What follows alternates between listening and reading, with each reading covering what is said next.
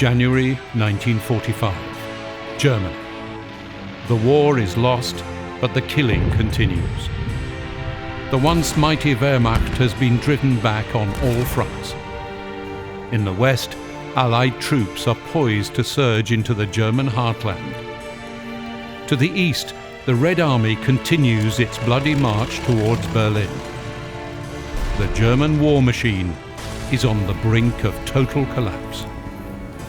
In the capital, as Goebbels prepares the German people for a final desperate last stand, Hitler descends deeper into a world of fantasy. In 5 months, both will be dead, along with countless others, and Berlin will be reduced to rubble. The Nazi regime no more. This is the story of that downfall. Told through the never-before-heard letters and the diaries of the men and women who were there. It is through their words that we will experience the final bloody act of Hitler's Third Reich.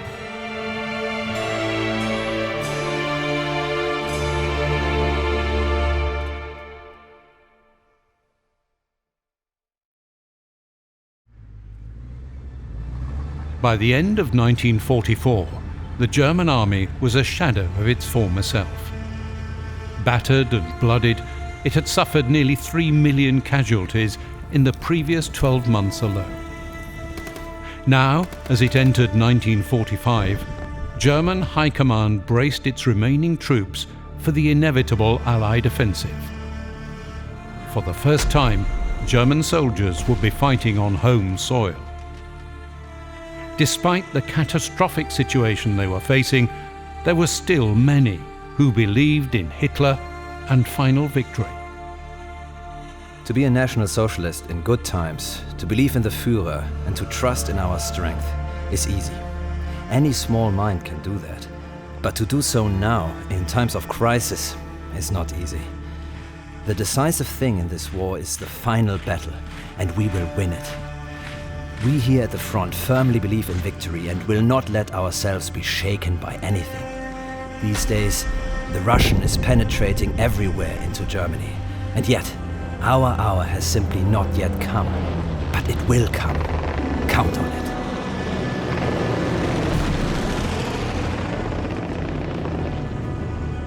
The war had irrevocably turned against Hitler's Germany.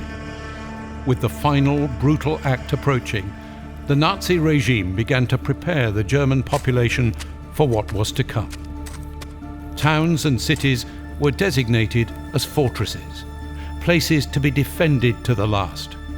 And, in a final desperate act, every able-bodied man over the age of 17 was conscripted into the VOLKSSTURM, the People's Storm. I'm sure you understand that your dad can't leave, as he has to join the VOLKSSTURM. Who would have thought a few years ago that it would come to this again? Who would have imagined back then that we older folks would be called upon once more? But I did my part from 1916 to 1918, and I am ready to do so again for our people and fatherland. Volksschulmänner, wir wissen heute alle, was es geht. Wir brauchen hier lieber nicht viele Worte zu verlieren. Es geht das Leben jedes Einzelnen, der Familie und des ganzen deutschen Volkes. Kompanieführer, ich vergebe Ihnen diese Freiwilligen.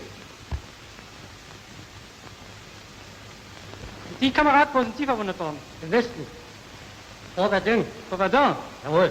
Werden Sie denn jetzt noch weiter mitmachen können? Immer. Der Adel wird das stets bereit. Sie sind im Rüstungsbetrieb beschäftigt. Jawohl. Wie lange arbeiten Sie da? Durchschnittlich 68, 70 und wenn es drauf ankommt, auch noch mehr. Sie haben auch das goldene Verwundetenabzeichen. Jawohl. Wie oft sind Sie verwundet? 7-mal. 7-mal. Werden Sie denn dabei uns noch durchhalten? Selbstverständlich. By 1945, Hitler's worldview had become increasingly nihilistic. He viewed the war purely in racial terms and clung to the belief that only fanatical resistance could secure victory. This deeply entrenched mindset would define his decision-making in the war's final, cataclysmic months. Under his command, there would be no withdrawals, every German city and town was ordered to be defended to the last. I believe in victory. Admittedly, I do not hide the fact that everything that was dear and valuable to us in Germany will gradually be destroyed by the air raids. The sacrifices of the civilian population are terrible, but they would be more terrible if we were to surrender to the air terror. For myself and for you, as harsh as it may sound, I prefer death to submission to Bolshevism or the Jews. Despite everything, we must hold out until Bolshevism is finally driven back, and you and the children, and I too, are in the fortunate position of having escaped the catastrophe.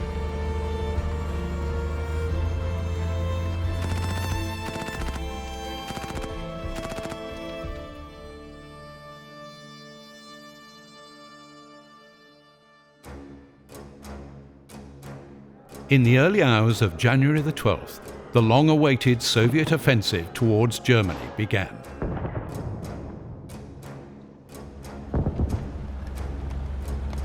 As dawn slowly broke, an uninterrupted barrage from thousands of guns erupted in the pre-dawn darkness with unimaginable force and violence. A ferocity we had never before experienced. The entire landscape seemed ablaze. Everything, both before and behind our main battle line, lay under a murderous storm of iron. A furious whirlwind of fire, heavy incendiary and explosive shells tore through our forwardmost lines, positions and villages nestled behind roads and terrain folds, reaching deep into the countryside.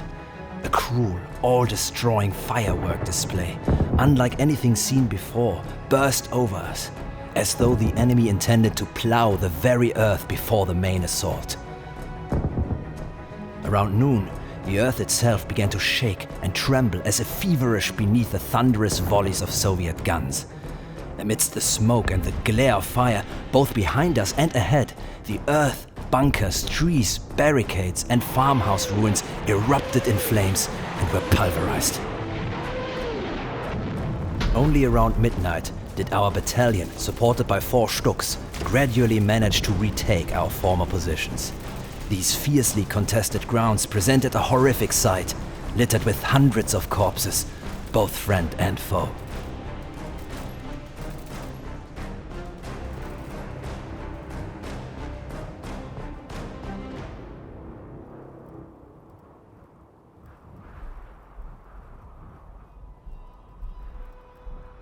Despite clear warnings of the Soviet build-up, German High Command had been caught totally unprepared.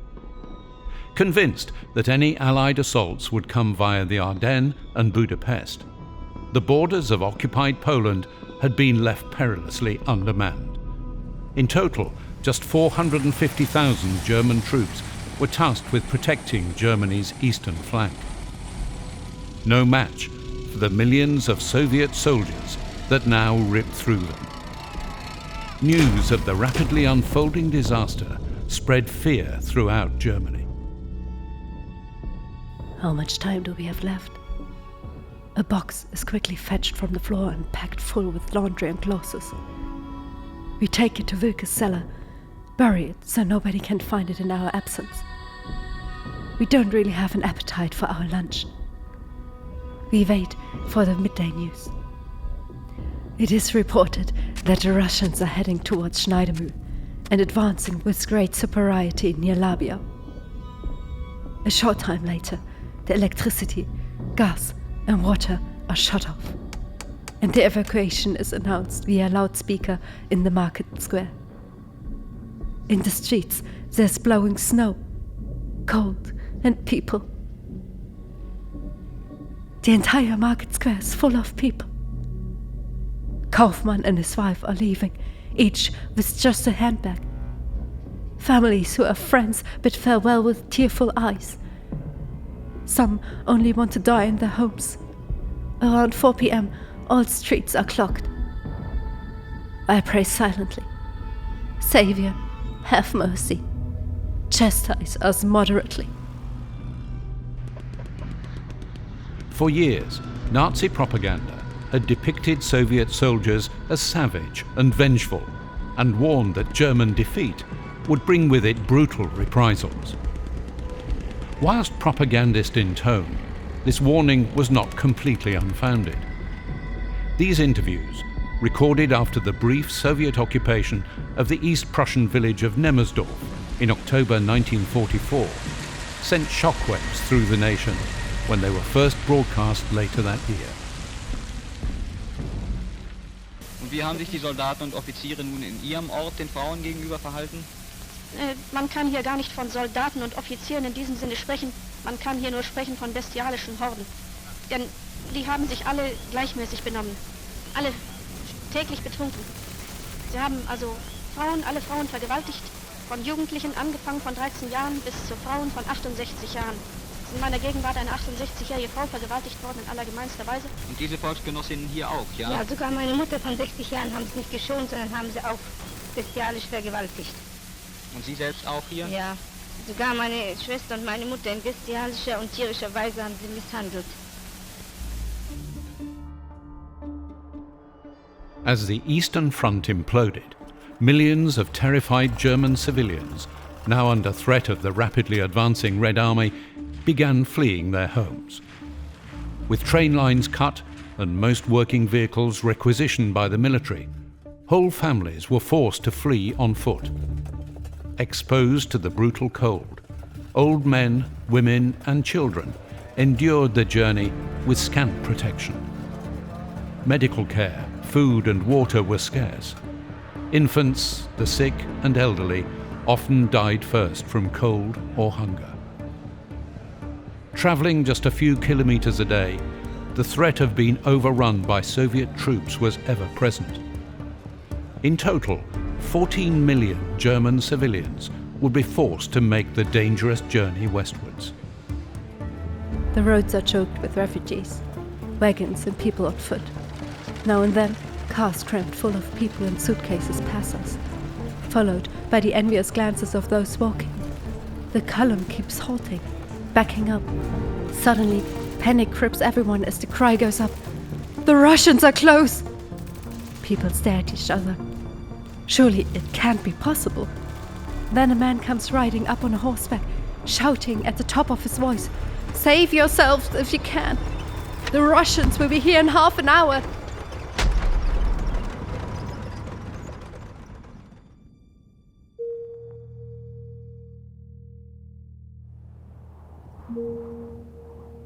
By the time Soviet troops were just a few hundred kilometres from Berlin, Hitler had already retreated into the Führerbunker, after his private rooms at the Reichstag had been damaged in an American bombing raid. For years, Allied air raids had brought fear and death to German towns and cities. But now, with the end in sight, the bombing campaign against Germany began to near its terrifying crescendo. Daylight raid from 10:30 to 12:40. The enemy bomber formations approached the Reich capital from the southwest and south under clear skies and sunny weather. We saw the white vapor trails in the blue sky at high altitude and could observe closed formations flying towards the city center. And then, behind the meter-thick walls of the bunker, we heard nothing for over an hour but the terrible thunder of falling bombs, with the light flickering and at times almost going out when a cable was hit. It was an hour and a half of murder of thousands of people in sunny early spring weather and blue skies. When we left the bunker, the sun had disappeared. The sky was cloudy. Fed by countless small and large sources of fire, a vast sea of smoke hung over the entire city center. Having shattered the German front, the Soviet advance halted near the Oder River, the last great natural defense before Berlin. The whole of East Prussia was now cut off. Amid the chaos, Grand Admiral Karl Dönitz launched Operation Hannibal. Originally intended to move U-boats from the Bay of Danzig, it included the provision that civilians could also be taken aboard military vessels. This order would inadvertently spark the largest maritime evacuation in history.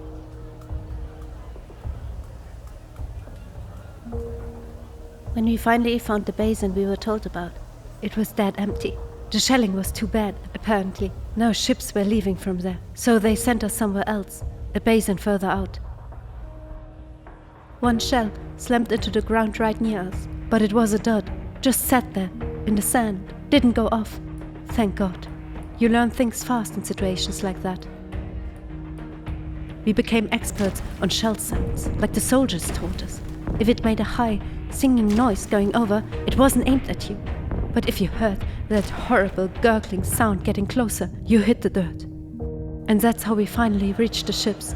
They were huge, docked right at the quay. But the crowds, thousands of people were already there, crammed together, all desperate like us to get on board, to escape what was coming. You could hear the sailors shouting reassurances. Everyone will get on. There's room for everyone. But even then, it wasn't safe. Enemy planes keep buzzing overhead the whole time, trying to stop the loading, diving, shooting, dropping bombs. We both clearly remember watching the sailors manning the anti-aircraft guns on the ships. They were incredible, whistling tunes like it was just practice, cool as anything, while blazing away the planes. They kept the Russians from getting too close. You could see the planes dropping their bombs way out in the water, scared to fly into range. Still, every time we heard the drone of engines, half the people still waiting on the quay would panic, dive for cover behind some empty railway wagons that were just sitting there. It was terrifying.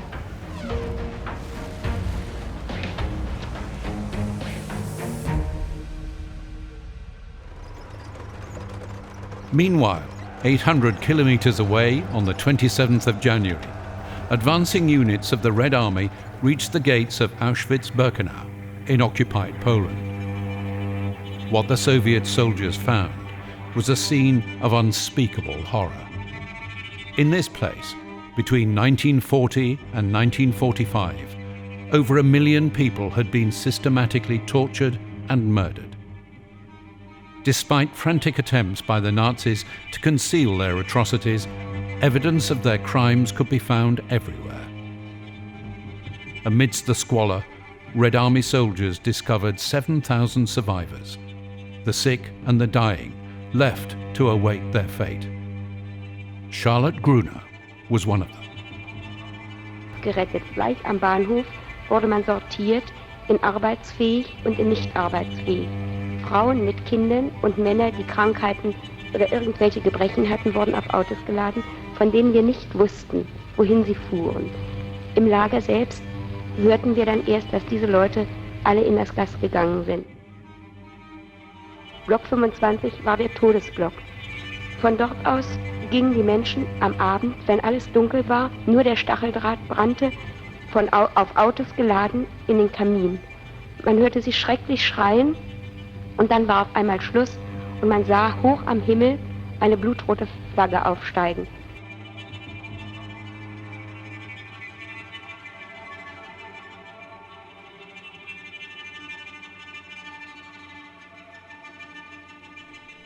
Auschwitz-Birkenau was just one of many such camps that the Allies would discover.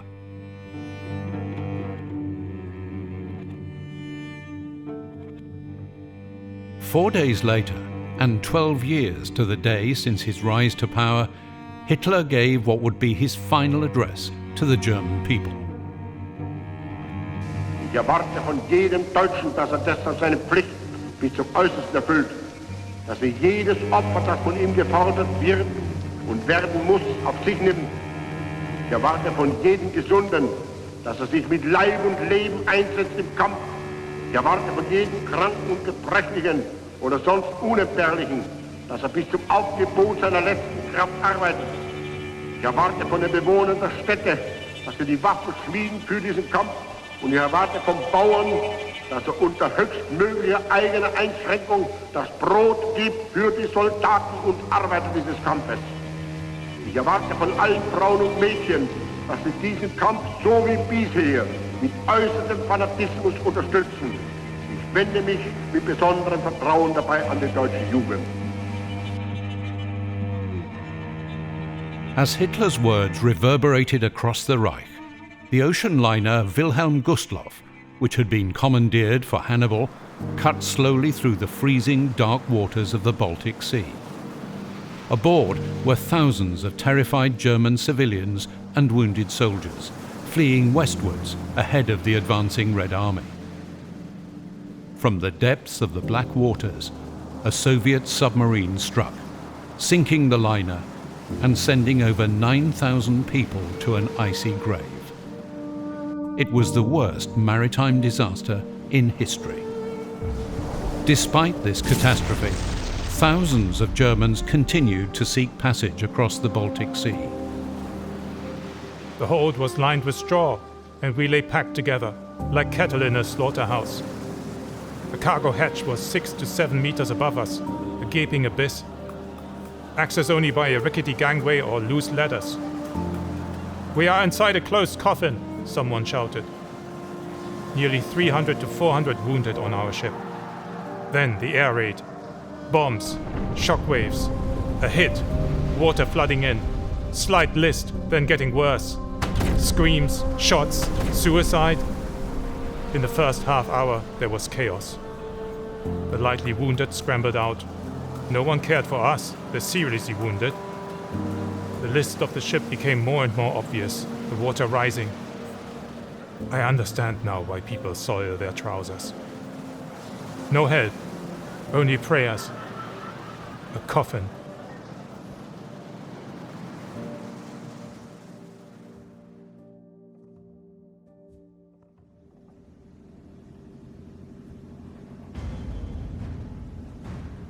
On the 3rd of February, American bombers targeted Berlin in what was, by that point, the deadliest bombing raid against the German capital. Their lethal cargo, a mix of high explosives and incendiary bombs, rained down on the central districts of Mitte, Kreuzberg and Wedding. In total, over 2,000 people were killed and nearly 120,000 were made homeless by the raid. New bomb carpet, a terrible roll coming closer. The bunker shakes, but it remains standing. The rolling growl goes on. And then, with terrible thunderclaps, a new carpet starts to detonate. Again it rolls closer, and then vanishes somewhere in the distant thunder. Until, after an eternity, the last blows fade away. The soundless silence in the bunker lingers on among the young and old, before the certainty takes hold. It's over. Then there's talking, children's laughter in between, doors slam, names are called, jokes flying back and forth, serious conversations about early alarms and experiences are started. The tension fades, and inwardly each of the many hundreds on the floors ask themselves, what does it look like outside? Is my flat still standing?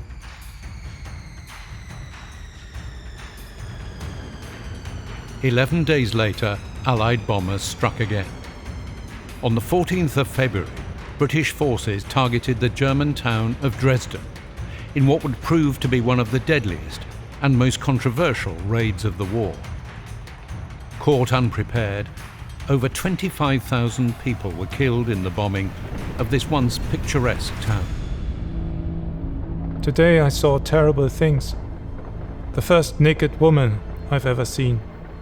She was dead, charred like wood. Everyone is dead. Everyone I knew on our street. The baker, the butcher, the two women from the corner shop where Mama buys things. Only yesterday evening I was at the Sacred Heart Church. Now the church is gone. They say there was a woman trapped between iron girders. Her clothes had caught fire from the phosphorus in the bombs. Her son just stood by and watched. He couldn't do anything to help her. They say he went mad afterwards. I always have to think about him, watching his mother burn.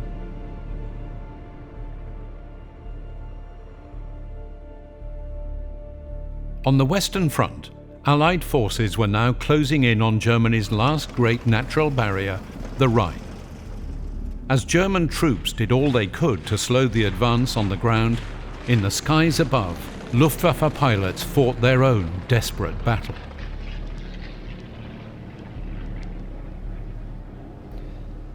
The whole enemy group was dissolving. I got cocky, climbed again, and caught another one. A Focke-Wulf from 16th Staffel was with me. The comrade got one too. 3 men jumped from that bomber before he even fired a shot. A B-17 also went up in flames quickly. A wing just snapped off. A good feeling, despite everything. But then, at that same moment, they hit me.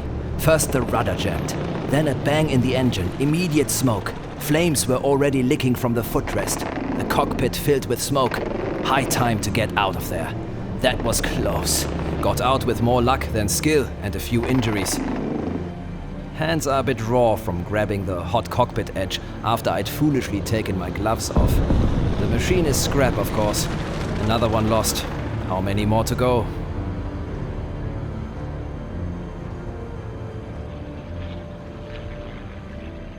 In a desperate attempt to help inspire a fanatical last stand, the Nazi regime turned towards its heroes, the men and women who had bled and killed for the Reich and who had become symbols of unwavering loyalty to the Nazi cause.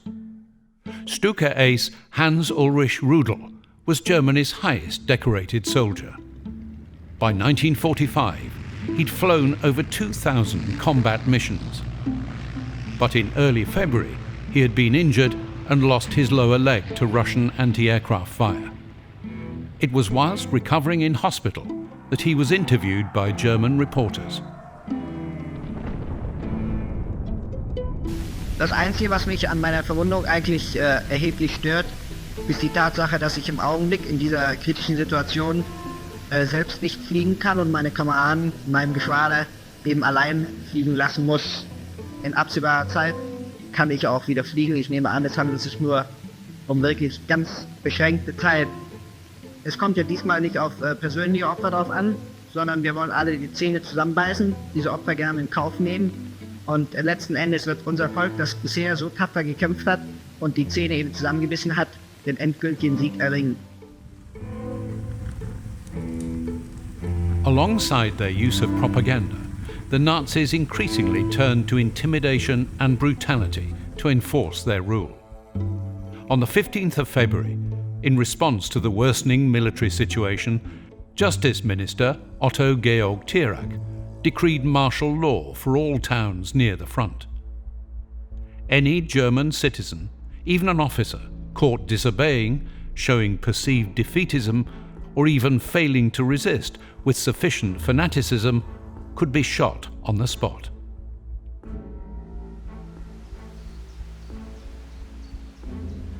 I expect that, as has always been customary in the Prussian German army, the harshness of military law will be applied. It is better that one or another coward dies than that the thought to retreat takes hold to gain ground in an otherwise brave company. The examples of thousands of violated German women and girls, murdered elderly and children, burnt villages, farms and estates should provide a clear enough picture, especially to the officers, that in this decisive phase of the war there is only one thing: to stand, to fight, and then to be able to attack again and defeat the enemy. Lead the brave soldiers of the German people better, braver, and more dutiful than ever. Plant in your hearts and theirs the fanatical will to victory and the blazing hatred against these Bolshevik beasts. Educate our men so that from the overcome fear of the Bolshevik, the holy German anger grows, which leaves the individual Bolshevik only 2 options: either to defect and surrender, or to be beaten to death as a beast and destroyer of all human order.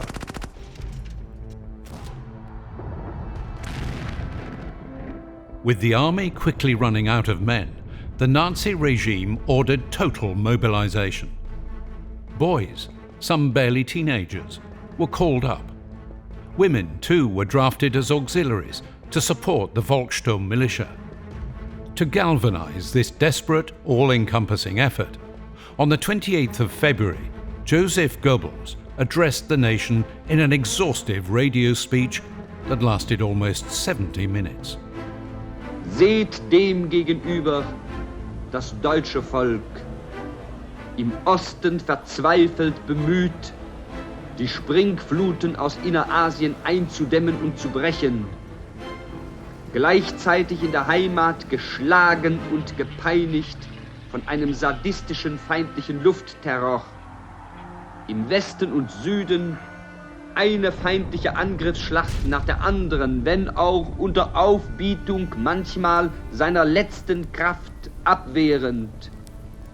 Stumm und ohne falsches Pathos, dem Gebot einer höheren geschichtlichen Pflicht gehorchend, durch seinen stoischen Heroismus über die Kräfte der Finsternis triumphierend, von fast allen seinen europäischen Freunden und Bundesgenossen im Stich gelassen und sich darum umso trotziger und verbissener zum Kampf um sein bedrohtes Lebensrecht stellend.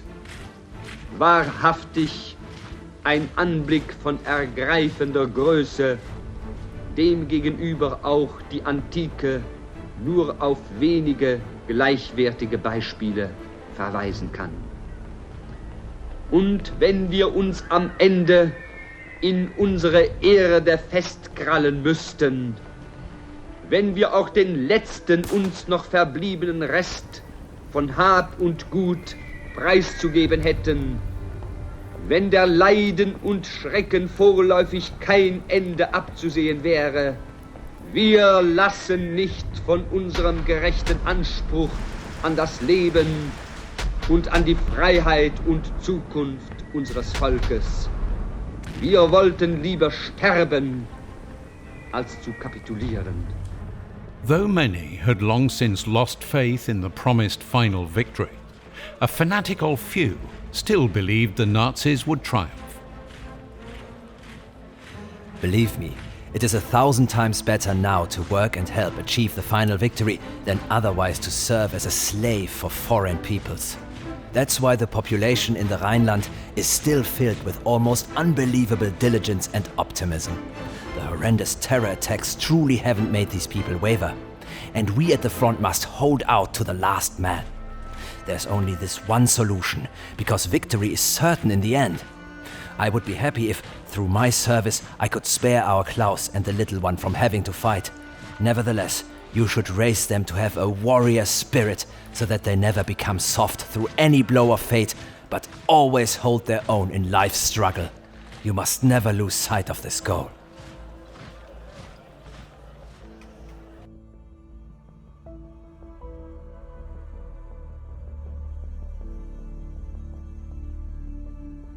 On the 3rd of March, Hitler made his final journey to the front, which was now only a few kilometers from Berlin itself. This brief, almost surreal visit would mark one of his last public appearances. It was a futile attempt to rally forces already broken, a final act of defiance. Hitler was not alone in these efforts. Across the country, German commanders were making their own desperate attempts to rally their exhausted troops for the decisive battle that was fast approaching. In the morning, Battery Commander Kuckner told us that we are facing the greatest test in history. We have to claw ourselves into the ground with holy fanaticism. On the occasion of Remembrance Day for our fallen soldiers, we have been watching the excellent movie Kolberg, which brought the defense of the Prussian fortress in the year 1807 home to us. There, in the end, the whole city was on fire, but the defenders around Gneisenau stood fast and civilians and soldiers resisted superior numbers. Preußen! Deutsche! Ein schweres Schicksal liegt auf eurer Stadt und auf unserem unglücklichen Vaterland.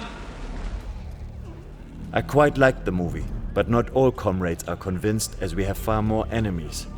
My comrade Udo received a letter from the NSDAP group Pankow. His mother and his little sister Elke burned to death in the north of Berlin.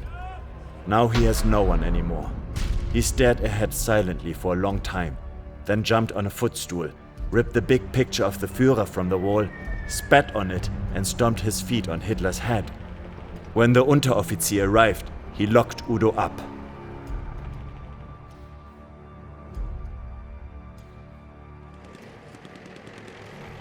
On the 7th of March, forward units of the US 1st Army's 9th Armored Division, racing towards the Rhine, were shocked to discover the Ludendorff railway bridge intact. Nazi demolition attempts to blow up the bridge had failed, and what German defenders remained were swept aside by American troops. The path through the Rhine defences was now open.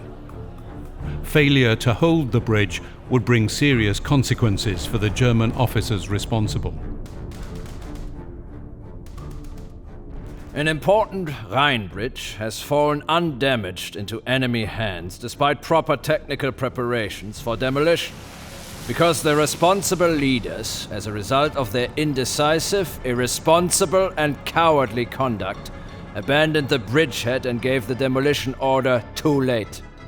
The 5 guilty officers were sentenced to death by court-martial, one of them a Hauptmann in absentia. The sentence was carried out on 3 majors and 1 Oberleutnant. Kin liability, Sippenhaft, has been enacted against the family of the Hauptmann, who could not be located. The preceding information is to be communicated to the troops immediately by the fastest means. Let it be a warning to all. He who does not live in honor dies in shame. I hereby command again that every case of failure must be investigated and settled by court-martial via the shortest route. I expect the greatest severity from the courts-martial. General Eisenhower immediately ordered all available forces to exploit this unexpected gift, pouring troops and armor across the captured bridge to establish an Allied base deep on the eastern bank, completely disrupting German defensive strategy. At the same time, further north along the Rhine's west bank, the once great city of Cologne, already pounded into ruins by years of bombing, finally succumbed to advancing American troops after days of fierce urban combat. With Remagen secured, Cologne captured, and a major new northern front opened, Germany's legendary Rhine defense was irrevocably shattered. On and on it goes, relentlessly. We have nothing to counter the Tommies with except our experience. Every stone, every seemingly insignificant farmstead is defended to the last man. To dislodge us, the British throw immense amounts of material at us. The artillery and mortar fire is heavier than anything I experienced in Italy and Russia. Worst of all are the heavy tanks equipped with flamethrowers, which they repeatedly bring into action against us here. In the last few days, large numbers of Volksgrenadiere on our right flank have deserted to the British. One can hardly blame them. Treatment is said to be good and fair. As a German officer, however, I cannot condone such behavior. Better to perish honorably than live like a coward. Several times a day, 120 of our men repulsed the bulk of an enemy division. It's hard for anyone to truly grasp what our infantrymen accomplished there. Though thrown back multiple times a day, they would storm forward again and again with the support of our launchers, roaring "Hurrah!" and drive back the Americans. When you witness such heroism, and it was true heroism, you can only believe in victory. Such soldiers cannot be broken, and victory must ultimately be theirs. I am truly and infinitely glad to be in action now, helping our infantrymen with our salvos. When a salvo landed well and things were blown to bits on their side, when a brief smile would appear on their otherwise serious faces and they'd wave to me, that was the most beautiful reward I could ask for. Even as German propaganda proclaimed defiance, key figures in the Nazi regime knew the end was near. On March the 18th, Armaments Minister Albert Speer delivered a stark warning. In a message to Hitler, he declared that the German economy faced total, imminent breakdown. The terrifying implication was the complete failure of all essential public services: water, food distribution, electricity and gas. All were now at risk of complete collapse.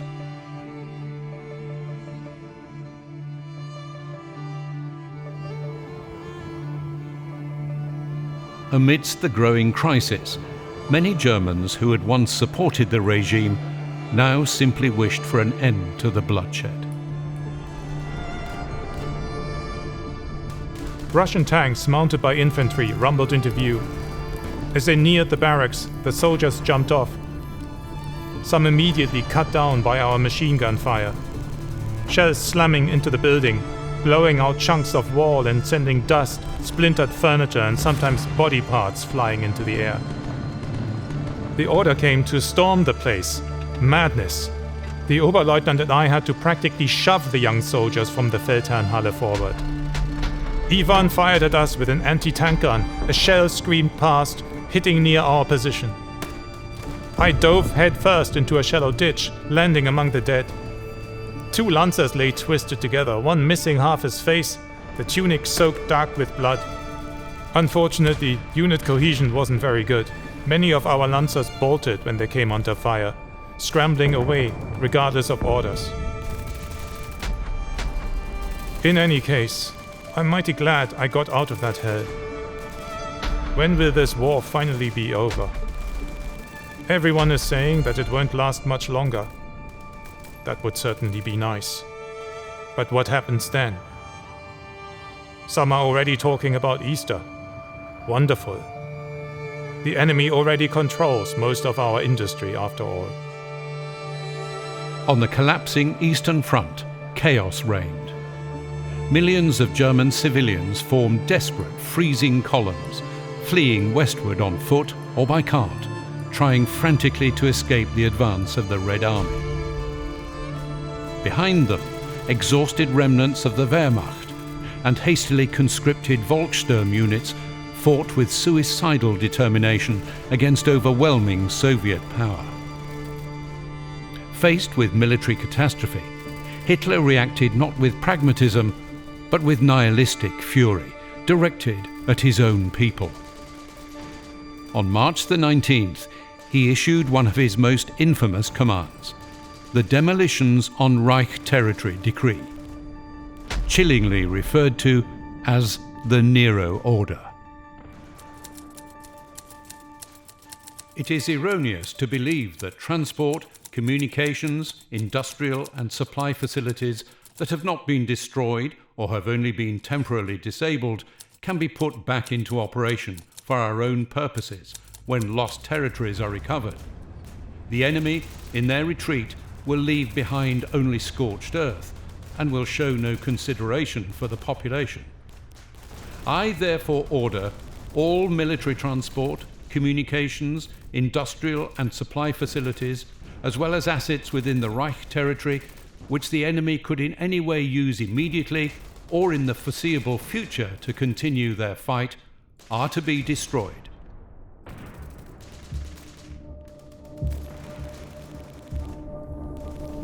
With complete and callous indifference for the survival of the German population, Hitler ordered the destruction of anything that could be of use to the advancing Allies. Believing the German people had failed him and proven unworthy of survival, Hitler was condemning millions to death, ensuring that even in defeat, Germany would drag itself down into the abyss.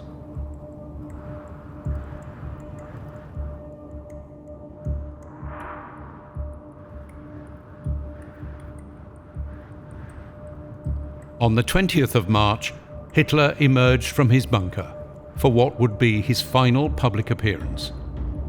Cameras capture a man physically diminished, a shadow of the figure who had once mesmerized millions. This flickering footage is the last the world would ever see of him. Empfängt in seinem Hauptquartier den Reichsjugendführer Axmann mit einer Abordnung von 20 Hitlerjungen, die sich bei der Verteidigung ihrer Heimat besonders bewährt haben und dafür mit dem Eisernen Kreuz ausgezeichnet wurden. Mit diesen 20 Jungen ist vor dem Führer symbolisch die deutsche Jugend angetreten, die als treuer Helfer unserer Soldaten und des Volkssturms mutig und unerschrocken im höchsten Einsatz steht. Der Führer lässt sich von den Jungen ihre Erlebnisse schildern. Once Hitler had returned to the safety of his bunker, the film crew moved to a nearby park, just a short distance from the Reich Chancellery, to interview the young boys lauded as heroes of the fatherland. Ich habe zunächst mit 13 meiner Kameraden unter dem Befehl unseres Bandführers auf Stadtrand von Hindenburg gelegen. Diese sollten wir gegen einbrechende feindliche Panzer sichern. Als diese dann aus der Richtung Gleititz am 24. Januar anrollten, teilte der Bandführer uns in 2 Gruppen ein und während er mit der einen gegen die Panzer vorging, um ihn selbst anzugreifen, gaben wir anderen ihm den Feuerschutz. Unser Bandführer hat 3 Panzer abgeschossen und ist dann leider bei der Verdichtung des 4. gefallen. Nachdem wir seinen Tod festgestellt hatten, mussten wir uns aus taktischen Gründen auf einen Eisenbahndamm zurückziehen. Und dort habe ich dann am Abend die unter diesem hindurchführende Straße von Gleititz nach Hindenburg, die den Zugang zur Stadtbibliothek, gesprägt. Als der Russe näher an Laubern heranrückte, habe ich mich dem Kampfkommandanten von Laubern freiwillig als Melder zur Verfügung gestellt. Meine Aufgabe bestand darin, Meldungen zu den einzelnen Kompaniegefechtsständen zu bringen. Außerdem habe ich oftmals Panzerfäuste in Verzehr in die Hauptkampflinie geschafft. Die Panzerfäuste habe ich auf Leiterungen oder Kaum unter feindlichem Beschuss in die Hartteile geschafft. In spite of his total disregard for their lives, those forever loyal to Hitler, especially the young, continued to shock the Allies with their fanatical belief in their leader and party. Die Feinde haben vor uns einen unerhörten Respekt. Sie berichten von der deutschen Jugend und von den deutschen Soldaten, von den grünen Teufeln, von den verrückten Hitleristen, mit denen man nicht reden könne. Man habe einen gefangen genommen. Man habe ihm gesagt, na, nun ist der Krieg zu Ende. Nein, sagt er, ist nicht zu Ende. Ja, ihr siegt doch nicht mehr. Doch, wir siegen, sagt der Gefangene. Darauf sagt dieser Reuterjude, ja, wie wollen Sie denn siegen? Und darauf sagt er, das weiß ich auch nicht, aber der Hitler, der weiß es. Und siegen werden wir trotzdem. Das bringt die zur Raserei drüben. Es waren vor 3 oder 4 Tagen 20 Hitlerjungs beim Führer. Und der Führer zeichnete diese Hitlerjungs mit dem Eisernen Kreuz aus. Es ist eine der ergreifendsten Situationen gewesen, die ich je miterlebt habe. Das sind unsere Jungs. 20 davon standen vor dem Führer. Von denen fragt niemand nach einer politischen Lösung und ob unser Material noch ausreicht, sondern von denen fragt jeder nur nach der Durchführung seiner Pflicht und seiner Schuldigkeit. Und ich bin überzeugt, dass so wie diese Jungs Tausende und Zehntausende in Deutschland denken, wir müssen neue Opfer, neue Kämpfe, neue Zeit vom Feinde fordern, Tag für Tag und Monat für Monat. Er muss wissen, wir geben nicht nach. Es ist unmöglich, die Deutschen zu beseitigen und die Deutschen zu besiegen. In the West, after capturing the Ludendorff Bridge at Remagen earlier in the month, Patton's Third Army sought another Rhine crossing. They didn't have to wait long. On the night of March the 22nd, US engineers, working under the cover of darkness, threw up pontoon bridges near the German town of Oppenheim. Led by the 5th Infantry Division, US forces pushed across the river, bypassing heavy defences and penetrating deep into central Germany. Meanwhile, far to the east, on the windswept shores of the Baltic, German forces were preparing for their final, desperate last stand. From west and east, the jaws of the Allied trap were closing. Millions of Germans, whether followers, perpetrators, or enemies of the regime, would now have to pay the price of a war initiated by their leadership.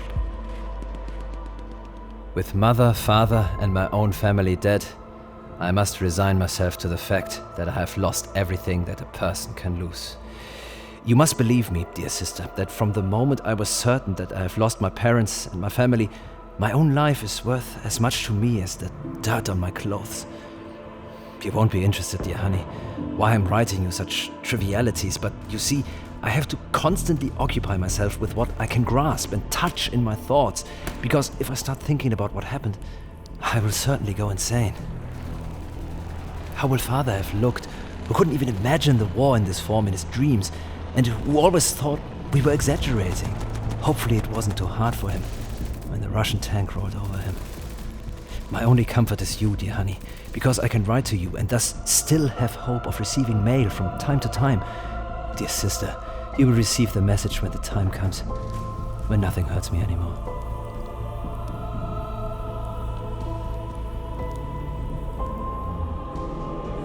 In the fading light of a dying Reich, Joseph Goebbels delivered his final public speech from the town hall of Görlitz in eastern Germany. So wie der Führer die Krisen der Vergangenheit bewältigt hat, so wird er diese bewältigen. Fest davon überzeugt. Noch vorgestern sagte er mir, ich glaube so fest daran, dass wir diese Krise bewältigen werden. Und ich glaube so fest daran, dass wenn wir unsere neuen Offensivearmeen hineinwerfen, dass wir den Feind schlagen und zurückjagen werden. Und ich glaube so fest, dass wir eines Tages den Sieg an unserer Fahnen heften werden, wie ich je in meinem Leben an etwas geglaubt habe.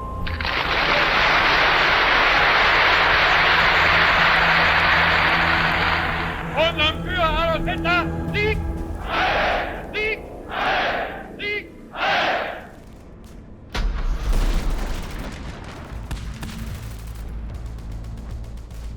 By the start of April, Allied forces were within sight of the German capital. But as they raced towards Berlin, Eisenhower ordered a halt to the Allied advance. Prioritizing the destruction of German forces elsewhere, and aware of the potential for a huge loss of Allied life, he made the controversial decision to leave the conquest of the shattered city to the Red Army. A delighted Stalin urged his commanders on, determined to see the Soviet flag fly over the Reichstag. For those German soldiers tasked with slowing the Soviet advance, every day had become a desperate battle for survival. We can hear the sound of tank tracks grinding in the distance. We expect the attack any minute. Our 2 MGs are ready. I sit in my foxhole, nibbling on trench rolls. You almost get used to the constant crashing and banging. Then suddenly, a flash right above me on the very lip of my hole. At the same time, a deafening bang. Then my ears ring powerfully for a while. After a few seconds, I dare lift my head. The butt of my cabin is dangling from its strap right in front of me. Taking a closer look at the damage, there's now a small crater where my carbine lay. It's been pierced right behind the action. Shrapnel from that small shell must have swept right over my head by millimeters. Luckily, I'd kept my head down. I was a hair's breadth away from buying it. I get an automatic rifle from the badly wounded Finkenwerder. In the meantime, an eerie calm has settled. Will Ivan come now? The silence stretches, the calm before the storm. Then, echoing through the trees to our left, that eerie cry, "Hurrah!" Now closer, right in front, "Hurrah! Hurrah!" Then you can already see the first shapes darting towards us between the young tree trunks. Orders are to let the attackers get as close as possible. It's agony holding back, fingers twitching on the trigger. The order, fire! Our defensive fire rips into them. Several figures drop, but suddenly our 2 MGs fall silent. What happened? No time to worry. Now it's close quarters. By early April, nearly 2 million Soviet troops had been assembled for the final assault on Berlin, with Zhukov's 1st Belarusian front positioned on the Kustrine bridgehead, Konyev's forces to the south, and Rokossovsky's to the north. Opposing them were the depleted remnants of Army Group Vistula, under General Gotthard Henrici, plus elements of Army Group Center, roughly 800,000 men, a desperate mix of veterans, VOLKSSTURM militia, Hitler Youth boys, and Luftwaffe ground crews.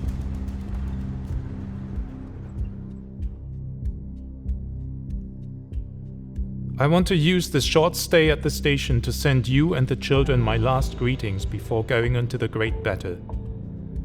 We are going directly into the major fight that broke out on the Vistula a few days ago. I'm very hopeful that I will come out of this unscathed again. Now it's time to prove what I've learned in my training. Keep yourself healthy and cheerful. And don't worry so much about me. It will be all right. The Red Hordes are at our door, threatening everything we hold dear, but they will not pass. We will stand as a wall of steel, and every inch of our sacred soil will be dearly bought with their blood. For the Führer, for the fatherland, and for you, my dear heart, I will fight to my last breath. Even as the Reich imploded around them, film crews continued to record interviews with members of the German armed forces. Da kommt ein Melder zu mir, ich lag gerade so im Loch. Stabsfeldwil, die Russen sind da. Ich sag, na, seid ihr mal ruhig, Junge, das wird nicht so schlimm sein. Ich schnappte mir meine Panzerfaust und sah schon den Brocken vor mir stehen, ungefähr so 10, 12 Meter vor mir, war ein T-34.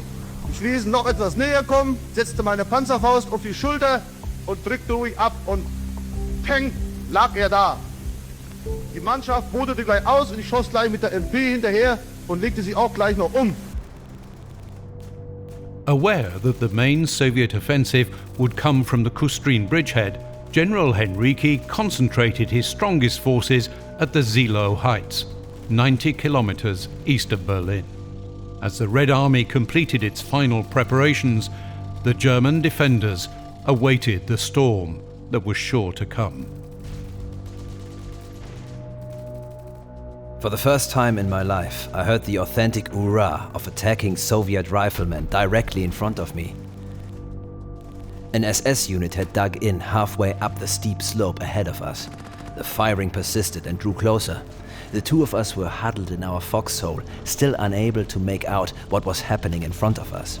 Suddenly, something soft landed on the steel helmet of the man next to me. At the same moment, a loud scream pierced the air from our front. Then we realized that the severed finger of the screaming SS man had been flung into our foxhole. It now lay on the ground beneath us. We lay in the undergrowth, keeping our heads down. Directly in front of me lay two very young SS men. One of them had been wounded by a bullet lodged in his ankle. I could clearly hear what they were saying. They exchanged only a few words. Then the wounded man said to his comrade, "Take care," drew his Luger and shot himself in the head.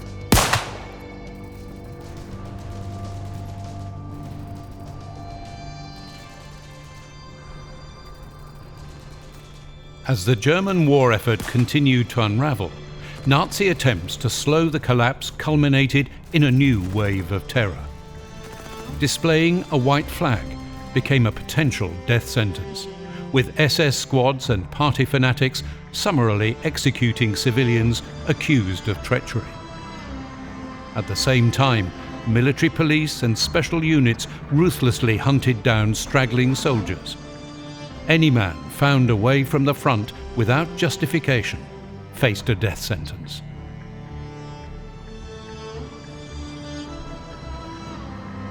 Vehicle stopped, and then, mein Gott, Schörner himself pushes through the brush. Couldn't believe it. Just my luck. He rounds on me instantly. Out! Where are you taking this vehicle? Tried to explain calmly. Sir, commander and gunner killed, taking it back for replacement. He cut me off, face like thunder. Real? You dogs. Forfeited your lives. I'll shoot you all right here. Out! The other two lads tumbled out, shaking like leaves. Schörner points right at me. You die with him, cowardice. I felt sick, really thought that was it for all of us. I had to think fast. General, these two are the only crew left. I'm not with them. I'm Großdeutschland.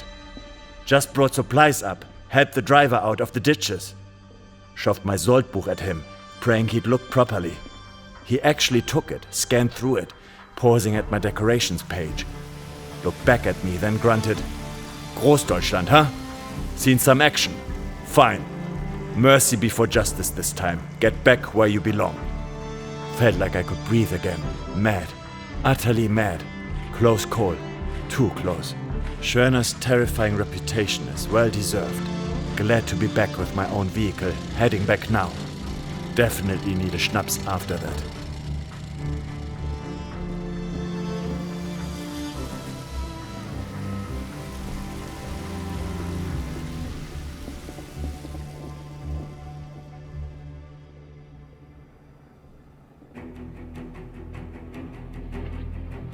In the early hours of the 16th of April, the Soviets' final offensive on Berlin began.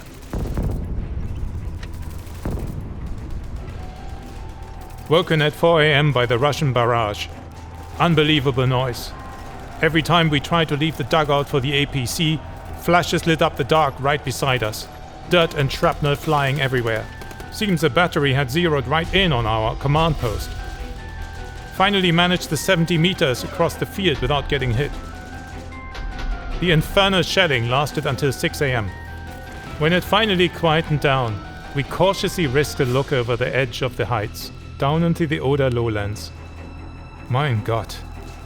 What we saw made our blood run cold.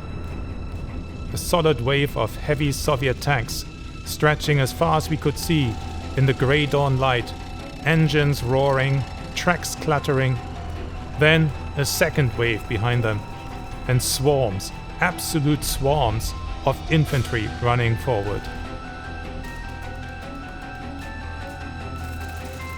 The battle for the SEELOW heights became a brutal ordeal, lasting days, and resulted in enormous casualties on both sides.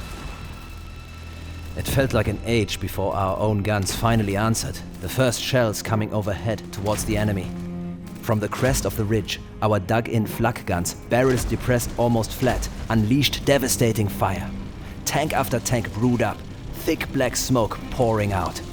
The Evans riding on top were just swept off like flies.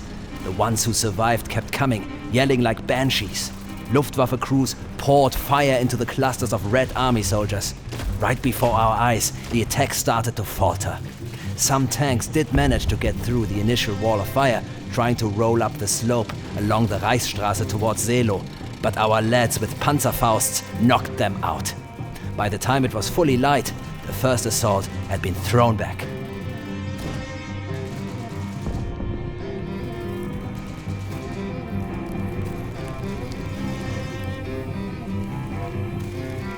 After 4 days of heavy fighting, the German lines finally cracked.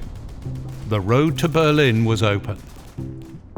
Meanwhile, in the west, the situation for 300,000 German soldiers, who had been encircled by the Allies in the Ruhr pocket, had become desperate.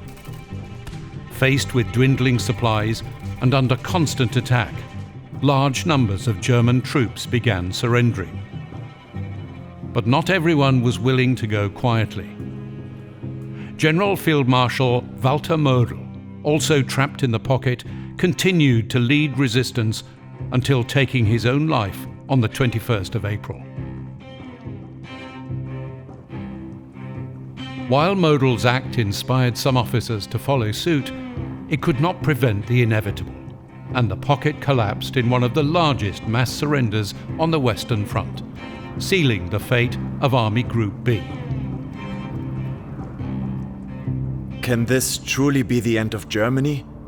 I simply cannot believe it. I still cling to the hope of a miracle, a turning tide. To witness that day and to play a part in it, I will fight my way eastwards, even if it means abandoning my homeland and my family here in the West. Lang lebe Deutschland! 16th of April 1945. Hiding alone in a damp cellar near Remscheid. Yesterday the Hauptmann assembled what was left of us and gave the final orders. Pay books are to be issued. The guns, signals and technical equipment must be destroyed. Rations are to be shared out and all the men are dismissed. The advice is to try and break out north to the Elbe front, if possible, in small groups of no more than 3. But I couldn't face that, nor could I follow Oberleutnant Gielau and young Bodenstedt, who chose their pistols over capture or whatever lay ahead. Their choice unnerves me, but I don't have the stomach for it. I'm heading west, trying to reach our farm near Linnich. The thought of home is the only thing keeping me going.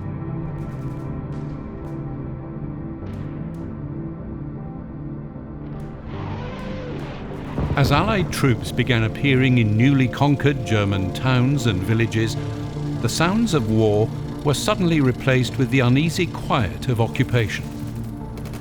In the small village of Neger, near Olpe, in West Germany, a local school teacher tasked his young pupils, aged just 6 to 14, with writing down what they had experienced in the final terrifying days of the war.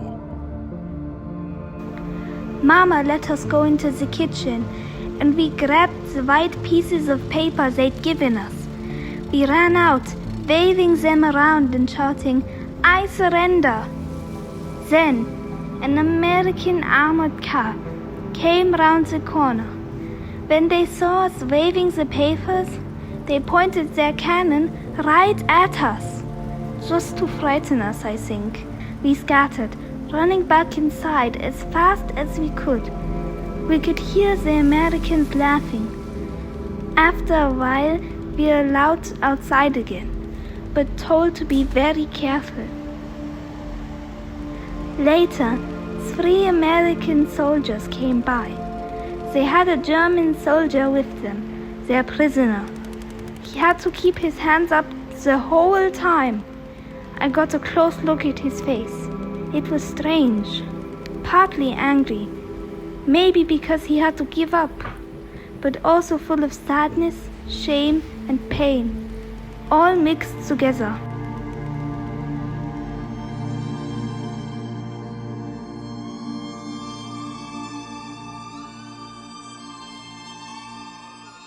On April the 20th, his 56th birthday, Hitler stepped out of the Führerbunker for the last time, into a Berlin already in ruins.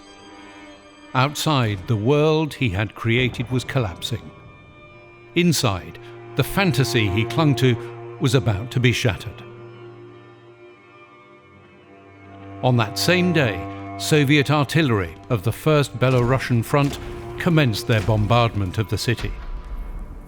A photograph, a chilling relic of that day, captures Hitler surveying the bomb-ravaged Reichstag. This, the last known photograph of the Führer, stands as a stark testament to the utter devastation he had wrought. A final, haunting portrait of a man and a nation on the brink of oblivion.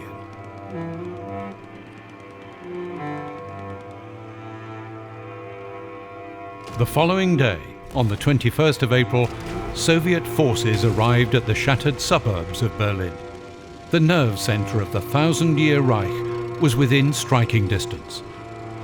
Marshal Zhukov, relentless in his drive, was determined to seize the capital without delay. The city is humming like a swarm of bees. Now it's kicking off. In Berlin we can hear the Russian guns. Everywhere on the streets, one encounters field gendarmes looking for runaways and deserters who are sentenced on the spot. On a corner of a house there's a broadsheet with an order of the Führer. Whoever gives the order to retreat is to be arrested and shot immediately. I am based in a small bunker of the Reichspropaganda Ministry with the local NSDAP group Urban of the Kreuzberg district, and I'm waiting to be employed. I don't feel well among these old party members, and I find it sickening that so many of them are drunk.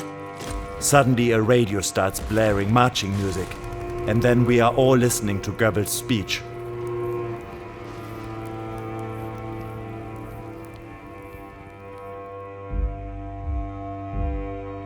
Meine Berliner Volksgenossen und Volksgenossinnen, am vergangenen Sonntag begannen die Bolschewisten ihre Großoffensive an der Oderfront. Berlin ist ihr Ziel. Die Eroberung der Reichshauptstadt soll Stalin eine wichtige Trumpfkarte im politischen Spiel der Alliierten in die Hand geben. Damit ist der Kampf um die Reichshauptstadt ein Kampf um Deutschland und um Europa geworden. In heldenhafter Abwehr haben unsere tapferen Divisionen und Volkssturmmänner in den vergangenen Tagen den Sowjets schwerste Verluste zugefügt. Ihr aufopferungsvoller Einsatz hat jedoch nicht verhindern können, dass die Bolschewisten an die äußeren Verteidigungslinien der Reichshauptstadt herangekommen sind. Damit ist Berlin zur Frontstadt geworden. Verteidiger Berlins, auf euch sind die Blicke eurer Frauen, eurer Mütter und eurer Kinder gerichtet. Sie haben euch ihr Leben, ihr Glück, ihre Gesundheit und ihre Zukunft anvertraut. Ihr kennt jetzt eure Aufgabe und ich weiß, ihr werdet sie vorbildlich erfüllen. Die Stunde eurer Bewährung ist da. Mit der militärischen Verteidigung der Reichshauptstadt wurde Generalleutnant Reimann beauftragt. Er ist Träger des Eichenlaubs zum Ritterkreuz des Eisernen Kreuzes. Seiner in diesem Kriege oft bewährten Führung können sich alle Soldaten und Volkssturmmänner bedingungslos anvertrauen. Ich bleibe mit meinen Mitarbeitern selbstverständlich in Berlin. Auch meine Frau und meine Kinder sind hier und bleiben hier. Mit allen Mitteln werde ich die Verteidigung der Reichshauptstadt aktivieren. Mein Denken und Handeln gilt eurem Wohl und der Abwehr unseres gemeinsamen Feindes. An den Mauern unserer Stadt wird und muss der Mongolensturm gebrochen werden. Unser Kampf wird das Fanal sein für den entschlossensten Kampf der ganzen Nation.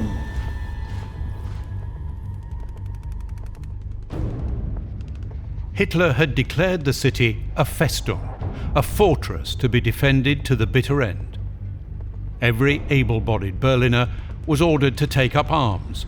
Refusal was punishable by death.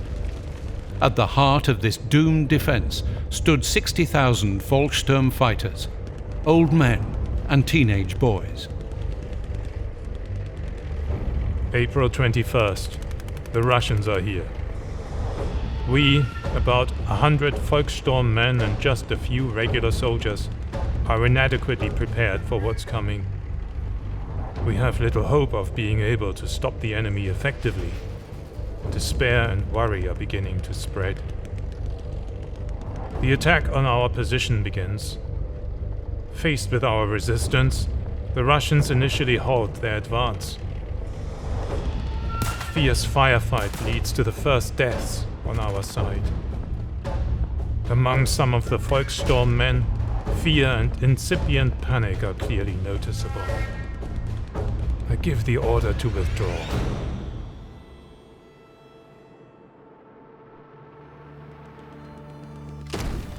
April.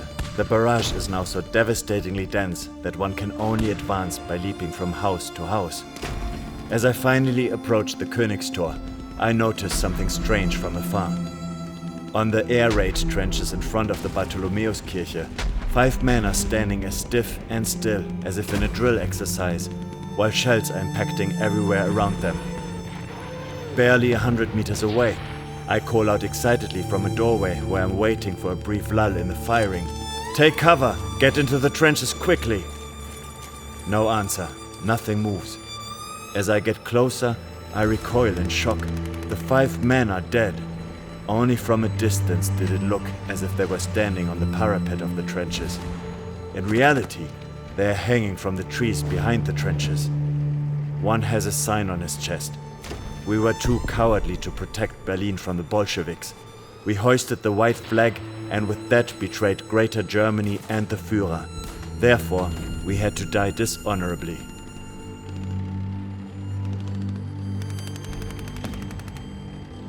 On the 29th of April, deep in the FÜHRERBUNKER, Adolf Hitler dictated his final political testament and private will, married Eva Braun, expelled Goering and Himmler from the Nazi Party, and appointed Grand Admiral Karl Dönitz as Reich President and Supreme Commander.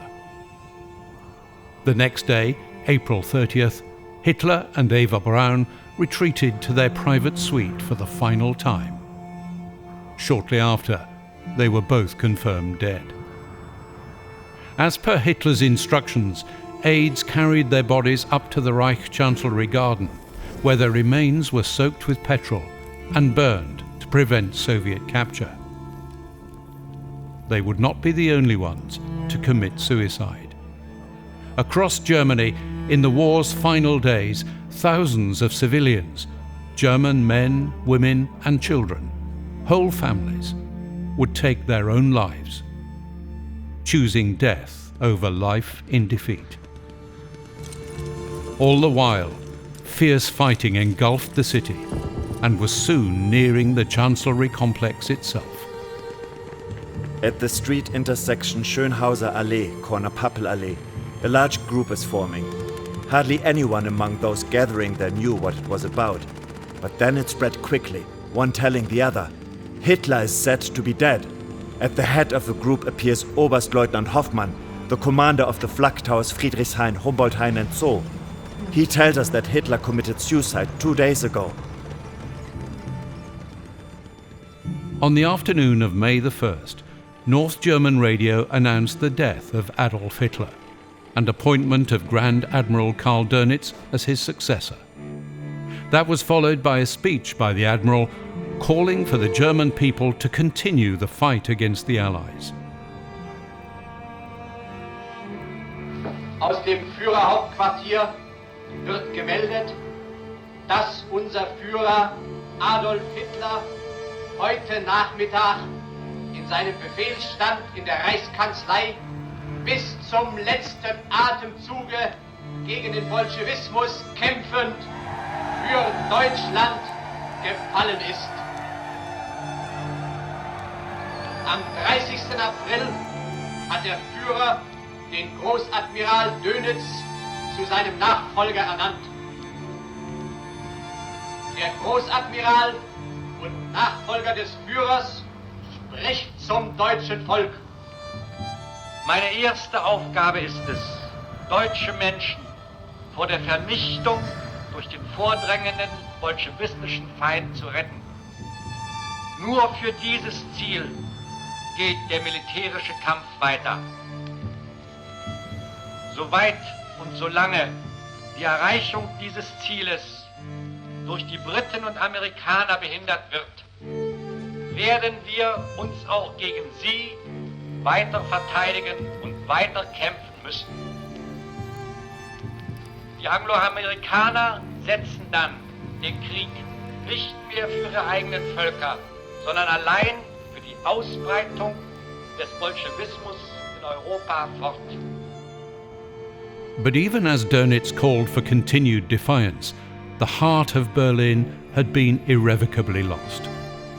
On the same day, Red Army soldiers overran the devastated Reich Chancellery and entered the Führerbunker. Within the wreckage, they discovered the charred bodies of Joseph and Magda Goebbels, along with the bodies of their 6 children. Nearby, they found the severely burned remains of Adolf and Eva Hitler.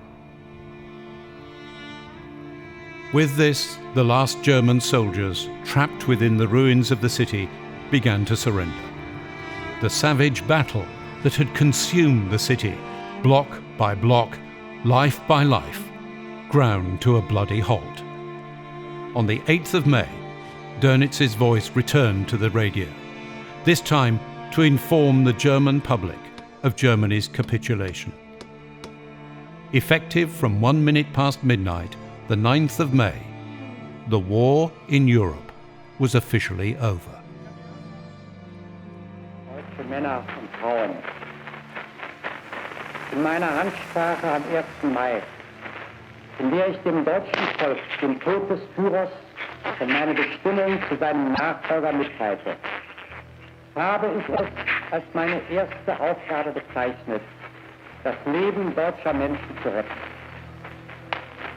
Um dieses Ziel zu erreichen, habe ich in der Nacht vom 6. zum 7. Mai dem Oberkommando der Wehrmacht den Auftrag gegeben, die bedingungslose Kapitulation für alle kämpfenden Truppen auf allen Kriegsschauplätzen zu erklären. Am 8. Mai, 23 Uhr, schweigen die Waffen. Die in unzähligen Schlachten bewährten Soldaten der deutschen Wehrmacht treten den bitteren Weg in die Gefangenschaft an und bringen damit das letzte Opfer für das Leben von Frauen und Kindern und für die Zukunft unseres Volkes. Wir müssen den Tatsachen klar ins Gesicht sehen. Die Grundlagen, auf denen das Deutsche Reich sich aufbaute, sind zerborsten. Die Einheit von Staat und Partei besteht nicht mehr. Die Partei ist vom Schauplatz ihrer Wirksamkeit abgetreten. The 1,000-year Reich had lasted barely 12. Its architect, Adolf Hitler, was dead. Germany lay physically and morally shattered, a landscape of rubble and ash. Though victory in Europe was celebrated on May the 8th, fierce fighting continued for days as Soviet forces crushed the last pockets of German resistance in the east. On the 9th of May, from a makeshift broadcasting station situated in a post office, the so-called Reichssender Flensburg transmitted the final Wehrmacht report. Then there was radio silence.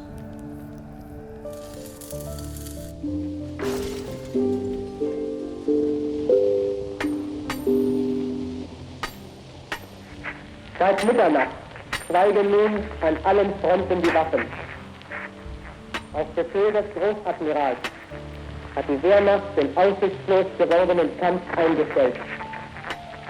Damit ist das fast 6-jährige heldenhafte Ringen zu Ende. Es hat uns große Siege, aber auch schwere Niederlagen gebracht. Die deutsche Wehrmacht ist am Ende einer gewaltigen Übermacht ehrenvoll unterlegen.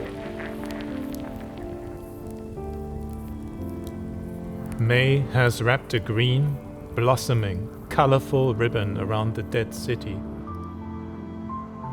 In the ruins, the noise of weapons has fallen silent, and the spring storm chases away the smell of fire, decay, and transience. It caresses the foreheads of the still unburied dead, be they soldiers, men, women, girls, or children. That was the end of all glory. Scorn and derision for a homicidal, abnormal, foolish madman who, surrounded by megalomaniac, heartless criminals without soul or mind, wanted to exterminate races, conquer and plunder a world, destroy all that was reasonable and just, and brought nameless misery upon the world.